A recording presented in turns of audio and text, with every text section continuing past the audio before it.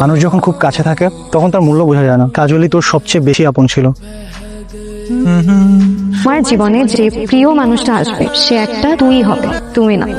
তুমি না খুঁজে একটা তুই খুঁজবে।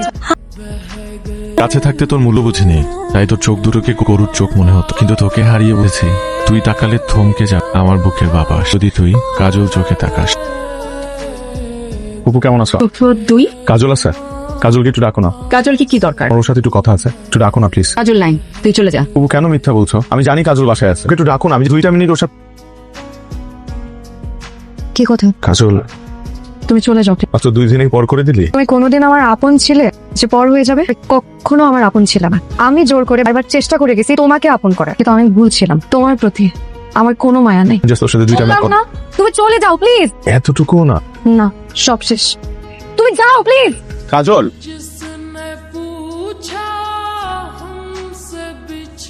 গোল্ডেন প্লাস পেয়েছে। কি হয়েছে রে?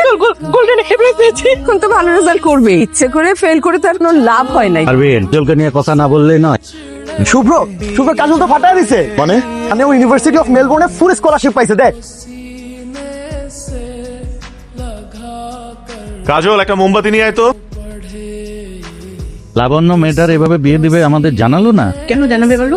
আমরা ওর সাথে কি করেছি? কি এমন হয়েছে? তুই চুপ কর, তোর জন্য আজকে এত কিছু। চাচা আমি এটা খুব ভালো জব পাইছি। তাই নাকি? পোস্টিং সিলেটে। না না, তোর সিলেটে গিয়ে জব করার কোনো দরকার নেই। তুই ঢাকায় একটা জব খুঁজে নে। কেন রে বাবা, একটা জব পেয়েছে তো সুখবর। তাই বলে সিলেটে গিয়ে থাকবে? সিলেটে গিয়েই থাকবো, কারণ জবটা খুব ভালো এবং আমার পছন্দ হয়েছে। ডিসিশন নিয়ে ফেলছি and it's my final decision. আচ্ছা ঠিক আছে, তোমাদের সব কথা আমি মেনে নিচ্ছি, আমি বিয়ে করব। পটকা স্যানিটারি,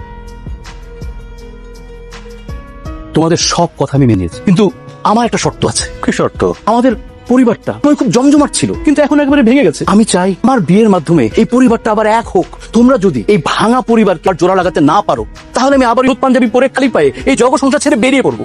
আচ্ছা ঠিক আছে, তোর সব শর্ত মেনে নেওয়া হবে। তবু তুই বিয়েটা কর বাবা। ঠিক আছে। তোমরা ভেতরে যেতে দিবি নাকি দাঁড়িয়ে থাকবো? ছি ছি, কি বলছো? এসো ভেতরে এসো। লাবণ্য দেখ, জাহর হয়ে গেছে। আমরা আজকে এসেছি ওর সাথে পুরনো সম্পর্ক যতই জোড়া দাও ভাইজান, দাগ তো থেকেই যাবে, মুছে ফেলতে পারবে না। শেষ পর্যন্ত হিমুটা করতে রাজি হয়েছে। তুই তোর একমাত্র ফুপু, তুই না থাকলে হয়তো ওটা করতেই রাজি হবে না। আমাকে মাফ করে দেবো। কি বলছো ভাবি? তুমি তো বড়, তুমি মাফ চাইবে কেন? কাজলটা তো বিয়ে করে ফেলেছে, না হলে আমিও তোর কাছ থেকে নিয়ে যেতাম।